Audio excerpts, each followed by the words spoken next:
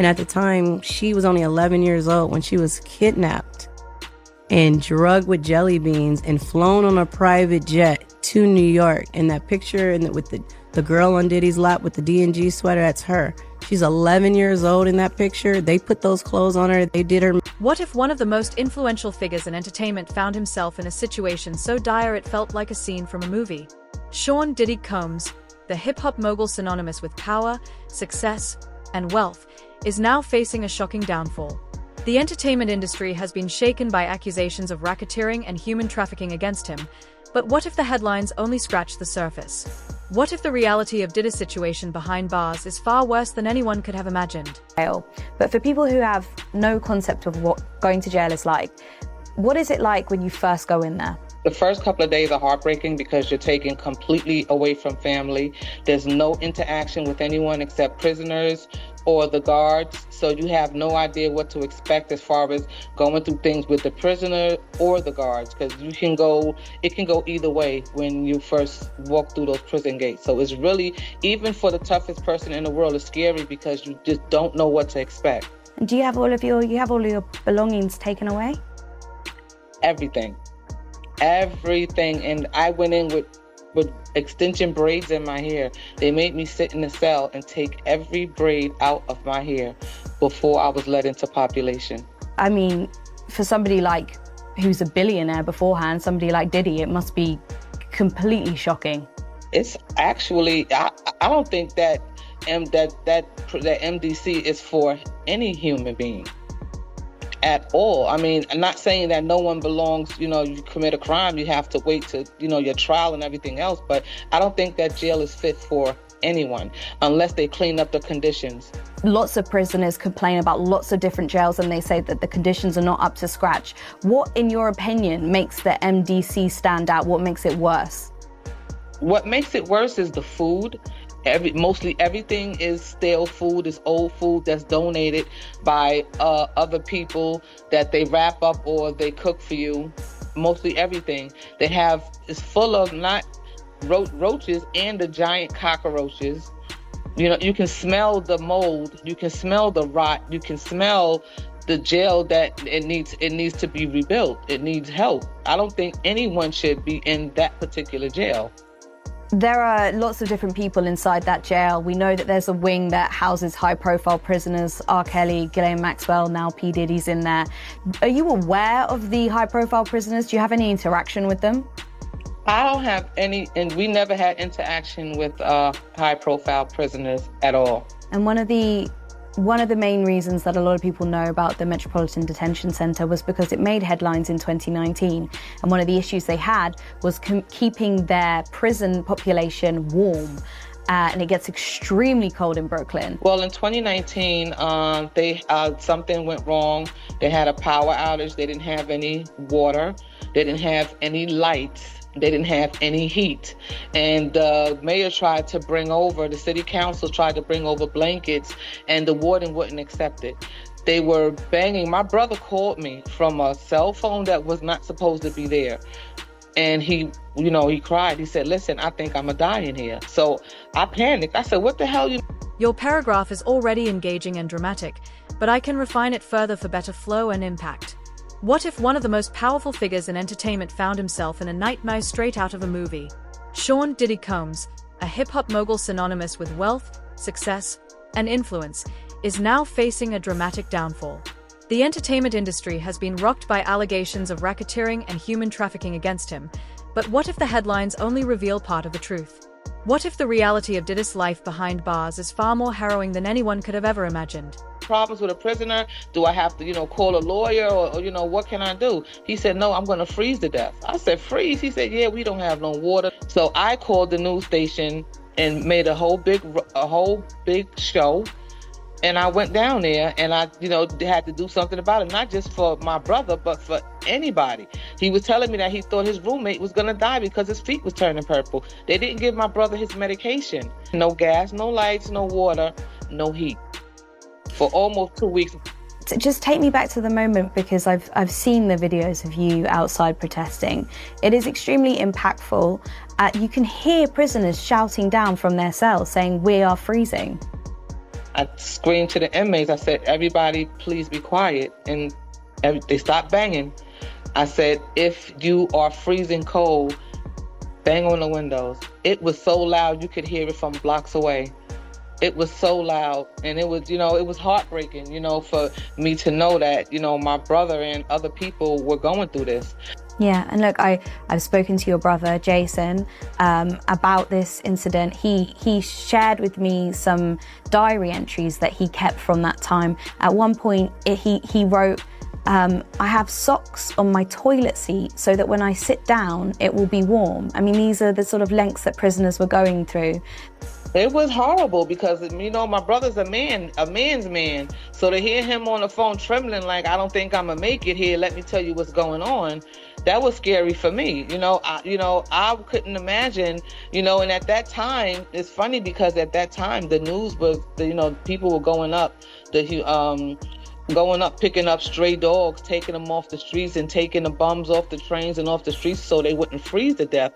But yet and still, you would allow these prisoners in that jail to freeze.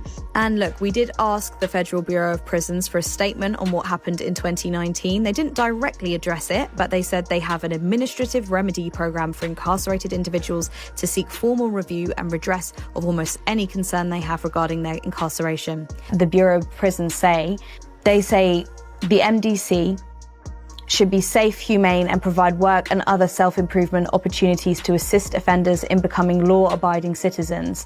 Does the MDC, in your opinion, live up to what they say their prison should do? Like I said, because you're in prison and you're serving time or you're waiting, to go to court or to go to trial or whatever it is, does not mean that you're not a human being. Just like what's going on with Diddy, he still deserves to be treated as a human being. He still deserves a fair trial, innocent before proven guilty. Whatever happened to that? So how do you keep yourself entertained throughout the day? What do you do? Well, I read books. And I daydreamed a lot. Like literally just to keep my head on straight. I prayed a lot. So we were just hearing from Katana Yehuda about what it's like to stay inside the Metropolitan Detention Center. Andrew Dalek is a New York-based federal public defender, and he's represented lots of clients who've served time there. Andrew, is it really as bad as people say? Well, first, Anushka, I want to thank you and the BBC for taking an interest in the conditions at MDC Brooklyn. Because it is an important issue of significant public interest. Anybody who has a loved one detained in that facility, that they deeply care about their well-being and their safety there, and they have good reason to. It is as bad of a place as people say. We reached out to the Federal Bureau of Prisons for a statement regarding the events of 2019. While they did not directly address the issue, they stated that they have an administrative remedy program in place. This program allows incarcerated individuals to seek a formal review and resolution for nearly any concern related to their incarceration. He fell down and he got shook, and I just stood on top of him, grabbed him, and next thing you know, NYPD was there. Okay, so that situation happened. And then a bit after that, in Atlanta, Suge's best friend, Big Jake, gets killed in a club. And this part's kind of fuzzy, but there was a rumor that Wolf was the one that did it. Puffy got blamed for it and so forth. But I guess Wolf wasn't the one who did it, but still there was some sort of blame that Suge had on Bad Boy over that situation, right?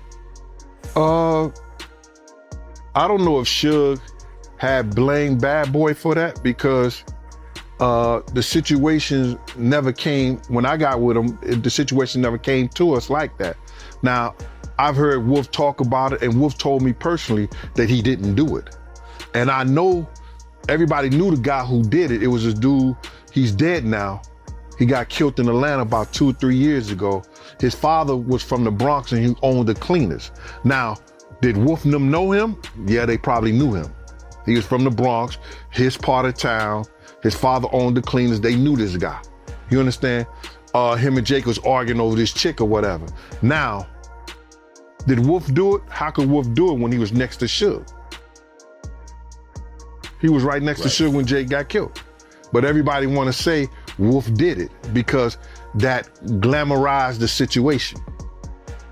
Right. Okay. And then after that, Wolf actually reached out to you and asked you to come back to Bad Boy and help out with security. Well, I told Wolf he had to straighten out his thing with Slick. We met on 125th Street, me, Slick, Rico, and Wolf. Him and Slick talked and everything, and it was cool and everything. So he said, yo, Gene, I need you to come because we need somebody who was in law enforcement or legal that could carry a gun and everything to be with us. He said, and if you ran after me, and this was his own words, because I didn't see it and I didn't know it at the time. You know, he said, if you ran after me and I had a gun in my hand, I want you on my team. I said, I don't fuck with Puff like that, bro. He said, from the city college shit. He said, yo, you're gonna have your own contract. You're gonna have your own days. All you gotta do is listen to me and make sure he good.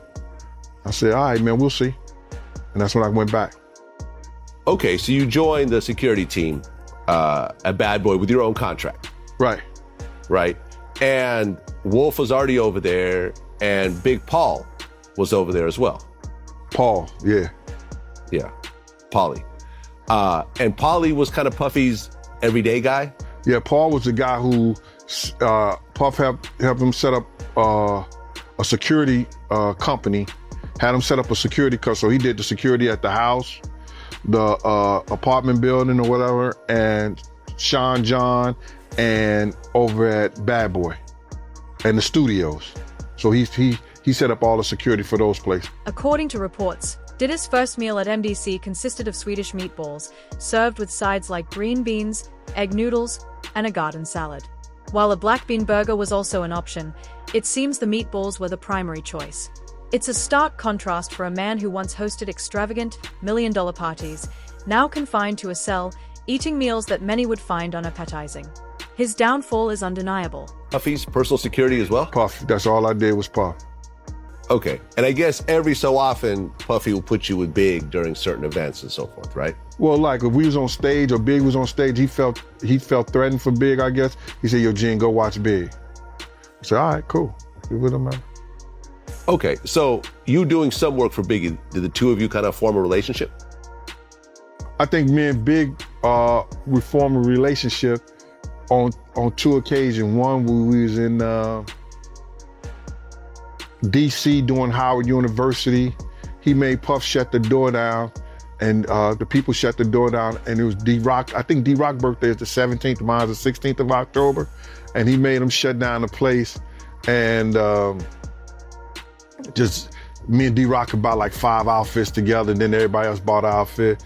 And then Big used to just give me all the clothes that he didn't want. Like, you know, you had Nike, Lugs, you had Mecca clothing line. They would bring big boxes to Big everywhere he was at.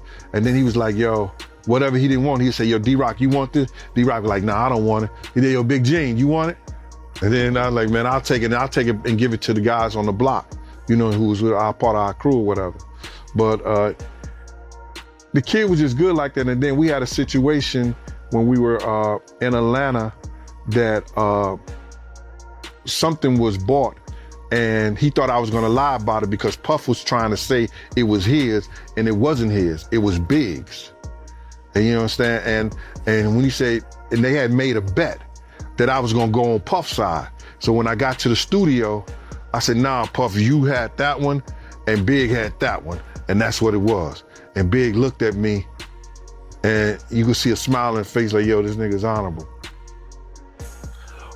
Okay. And before all the drama began, did Tupac ever come around? Did you ever see Big and Tupac interact together? No, I never seen Big and Tupac interact together. I seen Puff and Pac interact together, but I didn't see really? Big, yeah. In what capacity? Like we was at Roxy. They used to give functions and parties there. And then one time me and Puff walked up in there.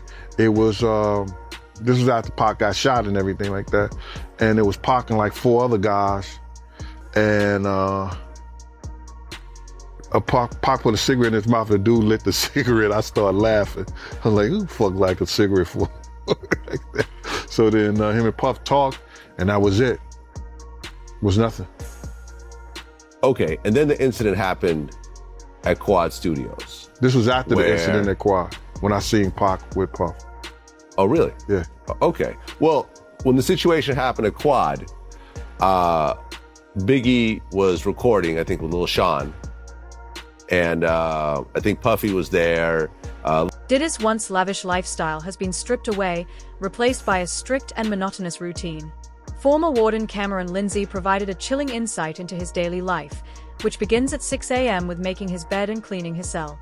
With only 3 showers a week and just 1 hour of free time each day, the former mogul now faces a reality far removed from the luxury and freedom he once enjoyed. Billions can't help him, right? Right. He's still Diddy. Yeah, he still did it. Come on. Well, I mean, I went through the filings and the reports. So what they say, according, to the feds, that recorded phone calls made by Diddy show that he asked family members to reach out to potential victims and witnesses. Also urged them to create narratives to influence the jury pool. Also encouraged them to make marketing strategies to sway the public opinion. Diddy used the telephone accounts of at least 8 different inmates to avoid monitoring. He paid the inmates to intermediaries in violation of the rules, like you said, and he also was using 3-way calls and getting people on the phone, which is illegal. So basically what they said, the defendant has shown repeatedly, even while in custody, that he will flagrantly and repeatedly flout rules in order to improperly impact the outcome of the case. The defendant has shown, in other words, that he cannot be trusted to abide by rules or conditions. And I guess they actually found a note that inferred that he wants to blackmail victims and witnesses into silence by providing testimony, or into providing testimony that's actually helpful to his defense. So I guess what I'm wondering is, he does realize all this is being taped. You're using someone else's, privileges, but they're watching everything. Okay. A 3-way call, it's being recorded. So my takeaway was much different from that.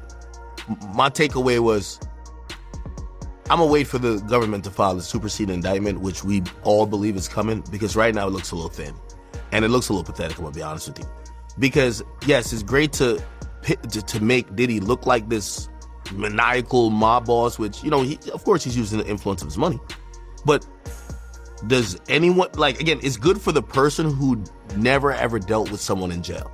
How many inmates, and Vlad, no names here, how many inmates do you know that do 3-way calls? They all do it. Yeah. They all do it. I talk to inmates and it's always on cell phones while locked up in Rikers. Exactly. And not going to say who.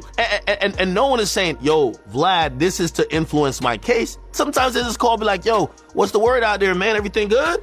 You're like, yeah, I'm going to come home soon. It's all good. Blah. Sometimes it's never. So that I thought was a little bit thin. Obviously, they're trying to keep him in jail. Him putting money on other people's books. Yeah, he's a rich guy. He wants to have his privileges, right? Now, this whole thing of him trying to blackmail people, and I hate to even, because some people are going to be like, oh, no, he's getting Diddy's back. No, I'm defending someone who is, and this could be anybody, who's locked up and using whatever he can to his advantage to try to get things looking better for himself before he goes to trial. Yeah, but some of this stuff is illegal. You can't everybody does it. You can't, it doesn't matter if everyone else does it. For everyone else, it'll be a slap on the wrist. Everyone knows this is a big fish. No slaps on the wrist when it comes to Diddy. They're going to prosecute him to the fullest extent in order to keep him in there. However, this is where the narrative takes a more sinister turn. Rumors are circulating within the prison walls that Diddy may have developed a serious, possibly deadly illness during his incarceration. While the details remain unclear, concerns are growing about the conditions at MDC and whether the prison's unhygienic environment may have played a role. The revelations have raised serious questions about his health and well-being behind bars. We're back with an exclusive update on the federal case against rapper Sean Diddy Combs. NBC News has learned that a federal grand jury in the Southern District of New York is expected to hear new testimony today. Combs' legal team did not immediately respond to a request for comment. Combs has pleaded not guilty to charges of racketeering, sex trafficking, and transportation to engage in prostitution. He's being held at Brooklyn's Metropolitan Detention Center. NBC News entertainment correspondent Chloe Malas joins us with more on her reporting here. Chloe, good morning. Good to have you with us. So what can you tell us about the testimony expected today? So NBC News actually spoke to the attorney for this male who's going to be testifying this afternoon around 3 p.m. in front of a grand jury. Her name is Ariel Mitchell. She has represented other civil accusers. And this is incredibly significant because I was at the last hearing for Combs in downtown Manhattan, and I listened to Emily Johnson, one of the U.S. attorneys, one of the prosecutors who is trying this case, say that there might be another indictment. So this just goes to show you that federal prosecutors, that criminal investigation is ongoing. Now, it's unclear what this man will be saying. Remember, grand juries are secret. You're not supposed to know the date and when the grand juries are convening, but obviously we have this great reporting and we know that a male is going to be testifying this afternoon, and it's unclear if there will be more charges coming. And like you said, Diddy's legal team, they haven't responded because they can't comment on grand jury proceedings, and the U.S. Attorney's Office hasn't said anything either. So that's the latest on the criminal side. There's also some civil issues here. Combs faces more than a dozen civil lawsuits. The most recent was filed on Monday. Only one has been settled so far. What's the timeline looking like for these civil cases? So he has been coming out denying all the accusations against him, both criminal and civil, and he has been fighting them. As we know, he settled with Cassandra Cassie Ventura, his ex-girlfriend, last year for an undisclosed amount of money that was reported to be in the tens of millions of dollars. But I do want to point out something that's really interesting. Last night, a ruling came down from a U.S. district judge in New York stating that one of the civil accusers, a woman who remains anonymous, she goes by Jane Doe, in this civil suit filed by Tony Busby. He's the attorney out of Texas that has filed several lawsuits against Diddy. The judge ruled that this woman had to reveal her identity, or in a few weeks, she's actually going to dismiss this entire case. And this is incredibly significant because could that mean that other civil accusers will face the same fate and have to come forward? The judge said that the idea that she needed to remain anonymous because she was afraid of Combs potentially hurting her or threatening her seemed unlikely because he's currently behind bars awaiting trial. They also said that, yes, in the ruling, the judge said, yes, it's humiliating. It's hard to come forward and to put your name out there, but that does not outweigh the reasons for you having to come forward and put your name to it. So we've reached out to Combs' legal team for comment. This is a win for them. They haven't said anything. I've also reached out to Tony Busby, who filed this suit, and he was the one that filed those new lawsuits, Joe, on Monday. So again, it'll be interesting to see if this affects these civil cases. And again, Combs is expected to go to trial on May 5th. So it's going to be interesting to see, though, if things are going to get pushed back, or could this extend the length of the trial if there is another criminal indictment? Yeah, and that's that criminal trial. And you do think that that will stay on track for May? So according to both sides, they believe that this is going to take place on May 5th. But if there are more criminal charges, it could mean that about a 2.5-3 week trial could extend to even longer. So you could see this going on for quite some time. All right, Chloe, thank you so much.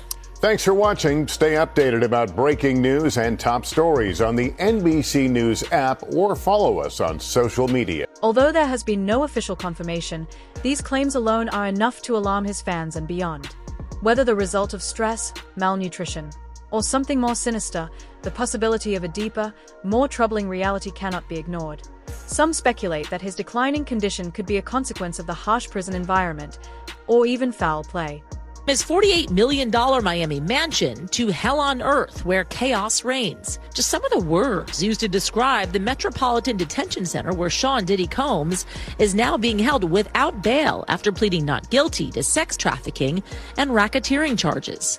Combs abused, threatened, and coerced victims to fulfill his sexual desires, protect his reputation, and conceal his conduct. He is not the first high-profile inmate to pass through these walls. Ghislaine Maxwell, R. Kelly, Pharma Bro, Martin Shkreli, and crypto fraudster Sam Bankman-Fried, all as they waited for their federal criminal trials, called this jail home. But the conditions of the prison are far from homey, notoriously described as, quote, dreadful, as one judge put it. Some on the bench have even moved away from sending nonviolent defendants there. In April, a group of detainees that prosecutors said were MS-13 gang members in court documents stabbed an inmate 44 times in an attack caught on camera. 2 shivs were recovered from the attack. You see them here. The victim survived. And in the last 3 years alone, 4 inmates have died by suicide. And violence is not the only issue. Accusations of medical neglect, staffing shortages, smuggling of drugs, some allegedly facilitated by employees. At least 6 staff members charged with crimes in the last 5 years, according to the AP. Some accused of accepting bribes and providing contraband. I've had clients describe NBC as hell, as the worst conditions they've been in. Lance A. Clark is a federal defense attorney who's been there many times. Now, if the government is going to mandate that they are responsible for your well-being, they have to ensure the safety of your well-being. Occupy the streets until they get heat. In the winter of 2019, protests over a power outage left inmates without light or heat for a week in the cold.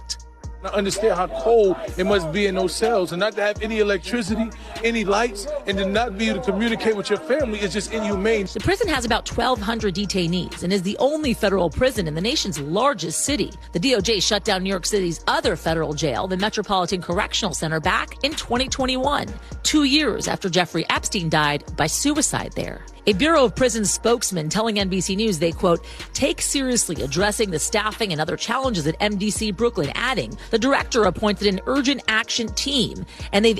The shocking accusations against Diddy only add fuel to the fire. Once celebrated as a pioneer in the music industry, he now faces serious charges, including trafficking and transporting individuals for prostitution.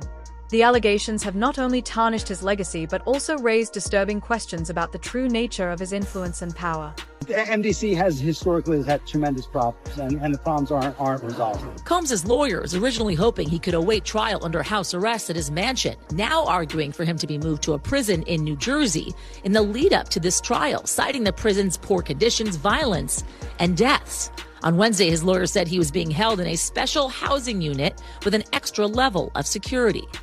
Yasmin's back with us now. So what is next? Is he going to be in jail in this facility until the trial begins? Is there a chance he could, get moved earlier than that?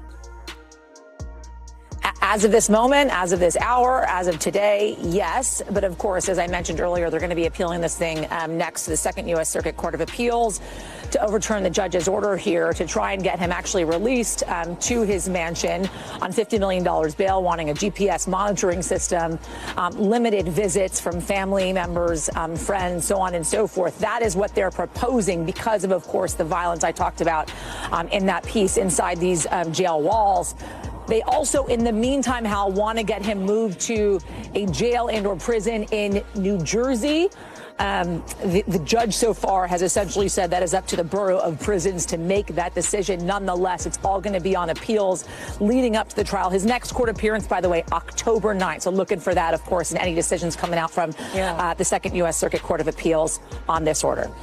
Thanks for watching. Stay updated about breaking news and top stories on the NBC News app or follow us on social media. These accusations have painted a grim picture of a man whose public persona was built on charisma and charm. Adding to the controversy is the infamous text allegedly sent to his ex-girlfriend, Cassie Ventura, which has only intensified the scrutiny surrounding him. As the investigations continue, the contrast between his former image and the allegations against him grows even starker. Hip-hop mogul Sean Diddy Combs will try for the third time to get bail today while he awaits trial on sex trafficking and racketeering charges. Scripps News national correspondent Alex Miller is live in New York City where this hearing happened earlier today. Alex, there was already a hearing earlier this week looking at notes taken out of Sean Combs' cell. How could that impact his chances at bail? His team says that raiding his cell, monitoring his calls, is not allowed and not fair to allow him to prep for a trial.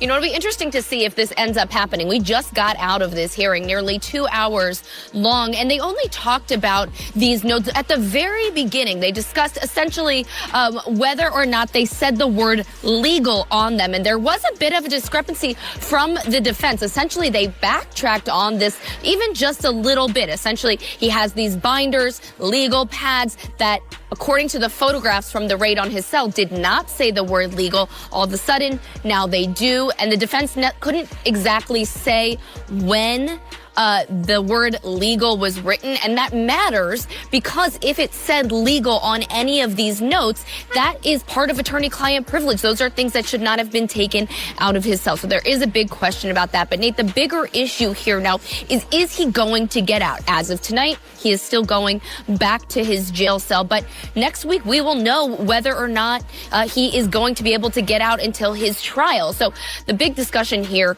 according to the government, is can they trust him?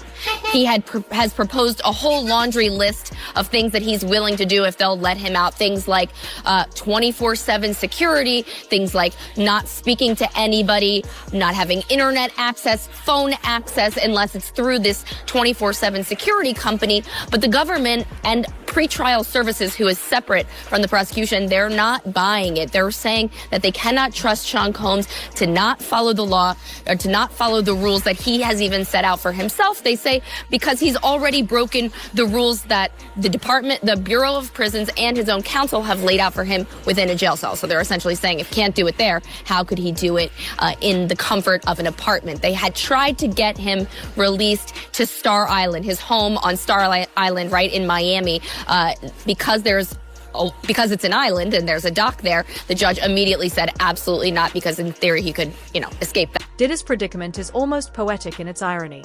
A man who once had the world at his feet now finds himself confined to a jail cell, battling legal troubles, and possibly even a life-threatening illness. His downfall serves as a stark reminder that no amount of wealth, influence, or power can shield someone from the consequences of their actions. Michael's with me now.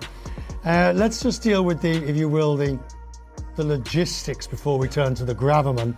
The refusal of bail in these circumstances, bearing in mind he'd flown to New York to turn himself in, so he was preempted by the police. Are you surprised that he was refused bail? Well, I'm glad to be with you. I'm not surprised at all. I mean, the nature of these charges are so serious, the allegations are so serious, that it's not surprising that this hearing he was denied bail. The judge has to look at things like whether or not he can be expected to return to court. Does he have the manner and means to perhaps evade law enforcement and not appear? Is he a flight risk, in other words? And so I think at this point the judge has decided that the fact that he was doing these acts in secret do not obviously lend much to his statements that he will be open and available. So I'm not surprised at all. But again, we will see what the district judge now does, since the case has been, or the decision has been at least appealed up, whether or not there are some terms of bail that might make the court comfortable that he will show up for court. Now, turning to the charges themselves, they are amongst the most serious, which would involve very long periods of incarceration if convicted. But it also raises the question, if there was a plea deal at some point in the future, to plead down from these very serious charges, the lesser accepted offences would also be serious and could end up in prison. I think any plea discussion of the case, because you have such significant impact on the victims of the case, would necessitate that he be sentenced to prison in some way.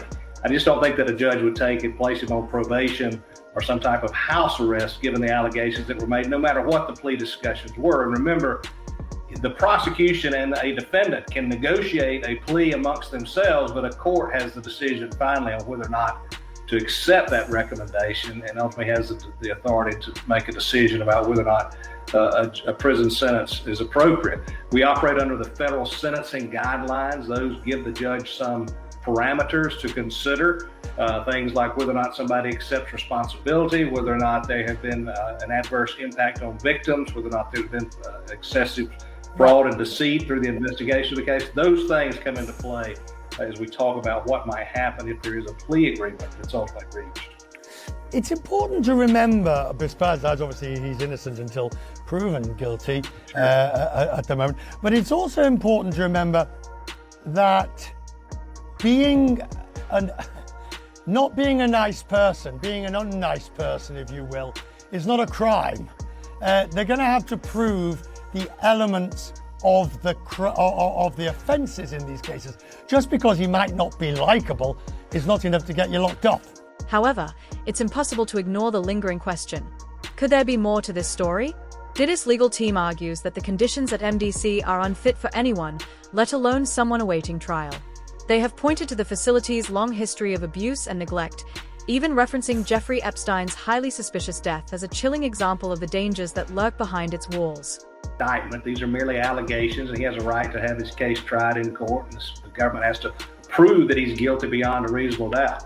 The indictment, the allegations, we heard from the United States Attorney in New York, these are sordid details. They are particularly troubling as it relates to whether or not the allegations are true, on whether or not certain people, victims in the case, were given drugs at the time to get them to do these sex acts, whether or not there's been some effort to blackmail or extort or silence victims in the case by the use of videotaped, and to call it pornography would probably be too nice. I would just say dark type of pornography, it sounds like. These are things that a judge is going to have to consider as we go forward. Finally, back to the logistics, if you will. He was prepared to turn himself in today, so we understand. The arrest removed from him the almost right to bail. Since I was going to turn myself in, I'm entitled to bail if I'd had turned myself in. By arresting him, the prosecution removed that possibility.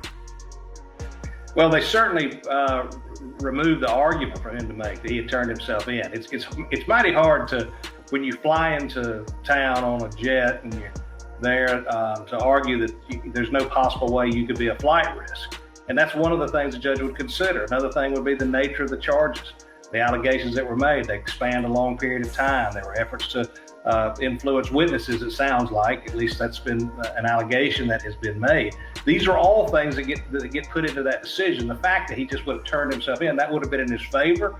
But there are so many other factors at play that it wouldn't have surprised me to see a court dig into those a little bit in making a decision whether bail would be appropriate.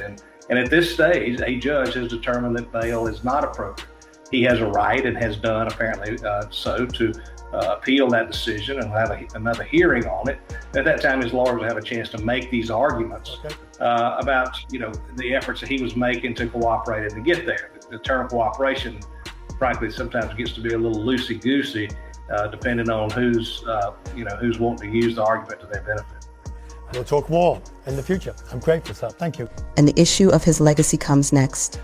What impact will this phase of his life have on how the world views him? Diddy Combs has been denied bail in connection with the sexual abuse and sex trafficking charges he faces. And as Les Trump reports, the music mogul who once traveled by private jet to all those mansions is now in a jail that is notorious for its bad living conditions. Music mogul Sean Diddy Combs spent his first night behind bars inside a facility that is being called Hell on Earth. The Metropolitan Detention Center in Brooklyn is notorious for its appalling living conditions and rampant violence. How bad is it inside this federal lockup? There have been 2 murders, 4 suicides, and numerous stabbings and lockdowns in recent years. It's so out of control inside that 4 federal judges are reportedly refusing to send any more prisoners here. Donald Trump's former fixer, Michael Cohen, spent a harrowing year in federal custody. He says for someone used to a life of luxury like Diddy, prison life is a severe shock. You have a desk, you have a plastic chair, you have your bed with a 1.5-inch mattress, no pillow, and you also have a locker.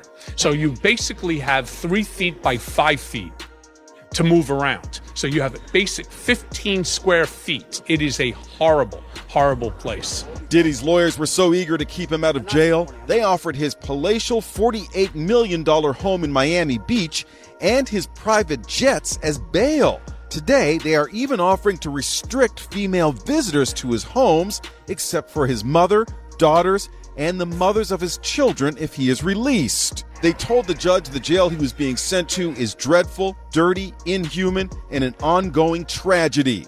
How's your dad doing? How's your dad doing? Family members appeared somber as they arrived at federal court in Manhattan today in another attempt to get out on bail. The judge cited Diddy's history of violent temper and potential intimidation of witnesses as reasons for keeping him behind bars. Diddy's former protege, singer Aubrey O'Day, is celebrating Diddy's downfall today. I feel validated, a win for women all over the world. Combs has pled not guilty. Those were the only words he uttered in court. Diddy is now being accused of obstructing justice. Diddy running the jail, man. He running the spot. Right. According to you, the inmates are fighting over making his bed. Yep. Well, really, according to Lisa Evers, I want to give her credit. Lisa Evers does an amazing job covering all things, within the New York metropolitan area. She interviewed an inmate that spent some time at MDC Brooklyn alongside Diddy. And, remember, we're all thinking that Diddy's like in super isolation. He doesn't talk to no inmates. We later find out via even court filings by the government, he does. And this one inmate looked like he's not wrong because he says, hey, listen, Diddy's such a big player in the game in terms of, his power and he's that guy even in jail. Dudes are getting jealous at other dudes based on who made his bed. And I'm like, yo. So that's a real thing? People are actually making his bed? Yeah. I thought you were just joking. Listen, there's an inmate that said it. There's an inmate that said it, that Lisa Evers, who works for Fox 5. No, I know Lisa. Yeah. I've done her show before. Of course. So that's what that inmate said. And I think some people wanted to call it cap till we realized that, the filing that came out on Friday or Thursday by the government, which is a response to Diddy's new motion for bail, essentially said Diddy is using like 8 other inmates, like personal access codes to call everybody he wants. Exactly. It's like, add this person to the call, add this person. Yo, like he's running the jail. So these inmates, I completely believe, and by the way, this is how the government paints it. He's getting them paid directly through what they call these cash processing systems. Yeah. So, probably tells his people, send her $1,000. Send his mom, send his girl, cool. And then the inmate in there with him is like, we're going to have your commissary filled. You're going to move around like a king like me. So I get why this is happening. And the only thing I look at is like, why did people believe or think anything otherwise? Like, you think you're going to normalize a billionaire that could have any type, like, if Diddy walked in a room and this guy's of significant money, power, and even respect, despite whatever happened, and y'all are all in jail, you're not going to be like, bro, he usually don't got to bring his tray over there to throw it away. Nah, I'll do it because I want to be cool with him. I got my people outside. Like, shit, I have a public defender.